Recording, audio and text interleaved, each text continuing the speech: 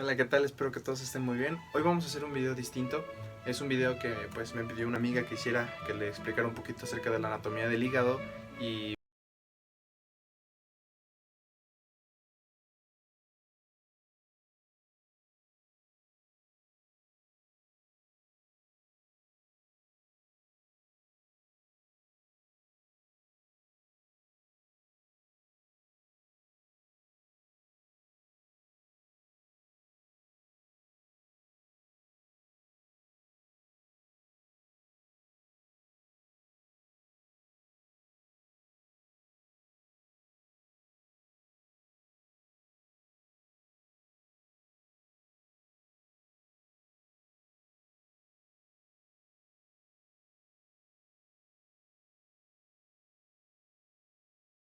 importante, el hígado se sostiene en la cavidad abdominal por medio de 8 ligamentos.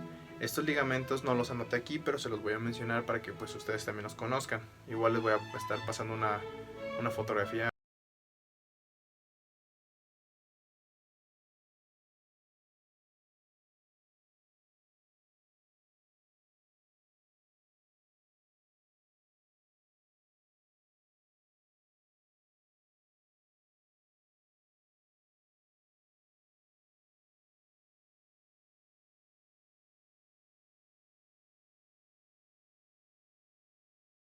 En la embriología antes era el conducto venoso, pero pues se oblitera porque pues no se ocupa para la vida adulta, entonces se convierte en un ligamento, al igual que el ligamento redondo.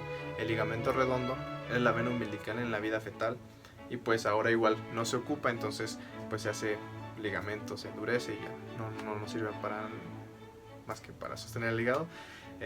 Pues no nos sirve para nada. El siguiente que tenemos que saber es el ligamento falciforme. El ligamento falciforme es el que pasa por el hígado en medio del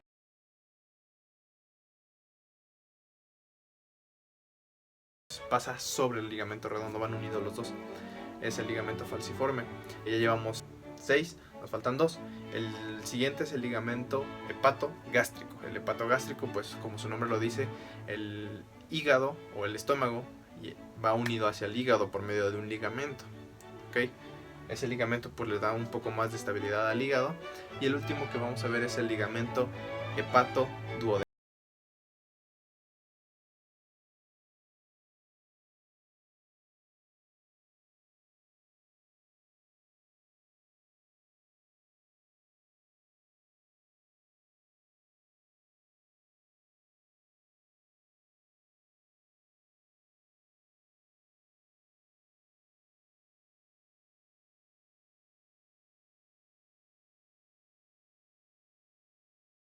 Que no sé dibujar muy bien, pero más o menos cómo se divide el hígado o qué estructuras tenemos cerca de ahí. Primero tenemos que saber que tenemos la vena cava inferior. La vena cava inferior se ubica en la parte superior del hígado. Tenemos aquí vena cava inferior. El lóbulo que tenemos aquí arriba, este es el lóbulo caudado. Lleva por nombre caudado no porque esté en sentido caudal, o sea hacia abajo, sino que tiene una cola. O sea, cuando se ve el lóbulo caudado tiene una pequeña colita, que es lo que se le denomina, así le da su nombre más bien, al lóbulo caudado. ¿Ok? Entonces tenemos el lóbulo caudado, está superior, no está inferior. Ojo. Luego está el lóbulo cuadrado. El lóbulo cuadrado pues tiene forma de cuadrado. Entonces por eso se llama así. Por eso es que tenemos un caudado y un cuadrado. Aquí puse que aquí hay un ligamento venoso. El ligamento venoso va desde la vena cava inferior hacia la vena, hacia el ligamento redondo. Se unen los dos. Pero el ligamento redondo es como una parte de la vena porta. ¿Ok? Aquí lo conectamos, que es el ligamento venoso, va y se conecta con el ligamento redondo que viene de la vena porta. Esta es la vena porta, ¿okay? Aquí está la tríada portal. La tríada portal se encuentra un poquito más cerca del lóbulo cuadrado, no tanto del caudado. Vamos a ver eso. Que en el cuadrado está, aquí tenemos la vesícula, mi vesícula fea, que dice conductos biliares, la arteria hepática propia, aquí está, y la vena porta. Esta es la tríada portal, ¿ok? Esto es lo que nosotros conocemos como la tríada portal. Entonces tenemos el ligamento redondo que ya habíamos mencionado, que era la arteria, la vena umbilical. Entonces pues también se convierte en un ligamento. Bueno, ya que vimos esto, vamos a ver cómo se divide el hígado en los segmentos. Tenemos 8 segmentos del hígado que pueden ser resecados para pues trasplantes, etcétera. Así es como se divide. Entonces, en esta línea negra gruesa que tenemos por aquí, esta de aquí, esta línea es lo que yo ejemplifiqué como el ligamento falciforme. ¿Okay? Este mismo ligamento que tenemos aquí, este es el ligamento falciforme. El ligamento falciforme pues no nos da por completo la división de los dos lóbulos, sino que es la línea de Cantier. Esta línea está aquí punteada en rojo, es la que nos divide del lado izquierdo y lado derecho. ¿Okay? Eso es importante. Los lóbulos o los segmentos más bien del hígado se cuentan en la forma de que tienen las manecillas del reloj, es decir, de izquierda a derecha y girando, ¿ok? Así es como nosotros vamos a contar estos segmentos. Entonces, el segmento 1 pertenece al lóbulo caudado. Entonces, el lóbulo caudado está en la parte posterior del hígado. Esta es una vista anterior, o sea, aquí lo estamos viendo como si mi hígado estuviera así de frente, y esta vista de acá es como si tuviéramos el hígado aquí atrás, ¿ok? Como si lo estuviéramos viendo desde atrás. Entonces, este lo puse, el 1 es el lóbulo caudado, lo puse así como en línea punteada porque pues eso no lo puedes ver por la parte anterior, entonces tienes que tener una vista posterior, pero lo vamos a contar así para que sea un poco más entendible. De todas maneras voy a poner una imagen al final del video para que ustedes puedan ver la división de los segmentos. Entonces se encuentra el 1 y luego vamos a ir en sentido de las manecillas del reloj. Luego tenemos el 2 que está en la porción izquierda, lateral izquierda. Entonces tenemos al 2, luego abajo tenemos al 3, tenemos un lóbulo grande que es el 4, que este ubica pues la mitad del hígado, que es el parte del lóbulo cuadrado y del lóbulo caudado. Luego tenemos al 5, 6, 7 y 8, es decir, vamos así, ¿ok? Así es como se dividen los segmentos del hígado y de la manera que se puede resecar, etcétera. Entonces, ahorita vamos a pasar a ver un poco acerca de conductos biliares, de la vesícula y su drenaje al duodeno. Muy bien, bueno, ahora para continuar vamos a ver un poco acerca de todo lo que es el drenaje, de la bilis, un poquito acerca del duodeno y pues todo el recorrido. Primero, antes de que nada, se me había olvidado decirles que el hígado tiene una capa que lo recubre, que lo protege, una capa fibrosa que se llama cápsula de Gleason. La cápsula de Gleason pues es lo que le da la protección al hígado porque es un órgano que es muy friable. Si tú lo agarras, lo puedes hacer y se deshace, pues se puede deshacer muy fácil. Bueno, en el cadáver sí. También otra cosa importante, que el hígado pesa aproximadamente 1,5 kilos. Es el promedio, pero pues puede pesar más, puede pesar un poquito menos. Y muy bien, vamos a empezar. Lo que tenemos que saber es que lo que le da la sensibilidad al hígado o a toda esta parte de la tríada es el plexo hepático. El plexo hepático se compone del tronco celíaco, que es una parte simpática, y del tronco vagal anterior y posterior, que proceden del esófago, que vienen del nervio vago.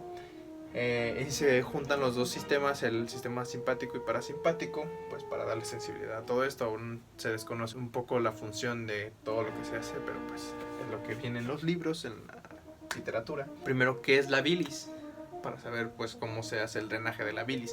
La bilis es un compuesto de 3 sustancias que nos sirve para emulsificar las grasas, es decir, en lugar de que sea una gota grande, unas gotas chiquitas, y pueda ser más fácil de procesar para el cuerpo. Entonces, aquí les dibujé un triángulo. Nosotros conocemos el compuesto de la bilis por un triángulo, que es el triángulo de Small. El triángulo de Small tiene 3 compuestos, como ya lo mencioné, que es el colesterol, la lecitina y las sales biliares, ¿ok? Estos 3 son los que componen a nuestra bilis, que vamos a estar viendo pues ahorita. El drenaje de la bilis, ¿cómo se realiza? Aquí dibujé una célula toda fea en forma de hexágono, ¿no? Pero obviamente no tiene forma de hexágono. Ese es un segmento interlobular de la célula o del hepatocito. El hepatocito va a empezar a producir bilis. Recordemos que pues el hígado tiene más de 5,000 funciones. Entonces, pues entre una de ellas está regenerarse el solito. O sea, si tú le cortas un pedazo, como a las lagartijas que le cortas o se les cae la cola y les vuelve a salir, pues algo así hace el hígado. El hígado, si se le corta un pedazo, tiene la capacidad de volver a regenerarse completamente, claro, en un estado pues saludable. Y lo que hace el hepatocito también es que produce bilis. El hígado tiene muchas funciones que después vamos a ver en bioquímica, de almacenamiento de glucógeno, el procesamiento de varias sustancias que nos dan energía o que nos hacen que produzcamos energía. Pero producir bilis es una de las cosas importantes que hace el hepatocito. Entonces tenemos, el hepatocito va a secretar la bilis hacia los conductillos biliares. Son unos conductos pequeños y estos se van a drenar o van a desembocar en los conductos biliares interlobulillares, que son un poco más grandes. Estos van a desembocar a su vez en los conductos colectores de bilis y estos van a llegar a estos son los que nos importan. Este y este. Esta es una vista anterior del hígado, entonces el hígado viene así, ¿ok? Está por acá, en el hipocondrio, también en el epigastrio y en la parte del hipocondrio izquierdo un poquito. Entonces, tenemos el conducto biliar izquierdo, a ver si lo dije bien, izquierdo y derecho, ¿ok? Entonces el conducto biliar izquierdo y derecho se van a juntar y esto también transporta bilis.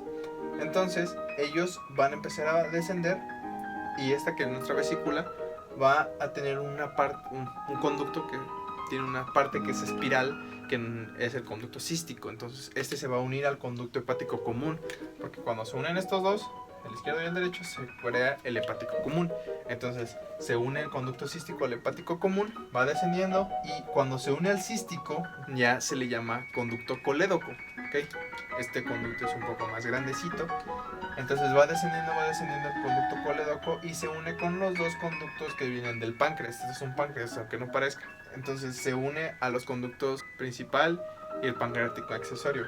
Entonces se unen y se van a depositar en la segunda porción del duodeno. Ahí es donde drena la bilis para que se junte con todos los alimentos grasosos que nosotros comimos y pues el cuerpo lo va a digerir un poco mejor.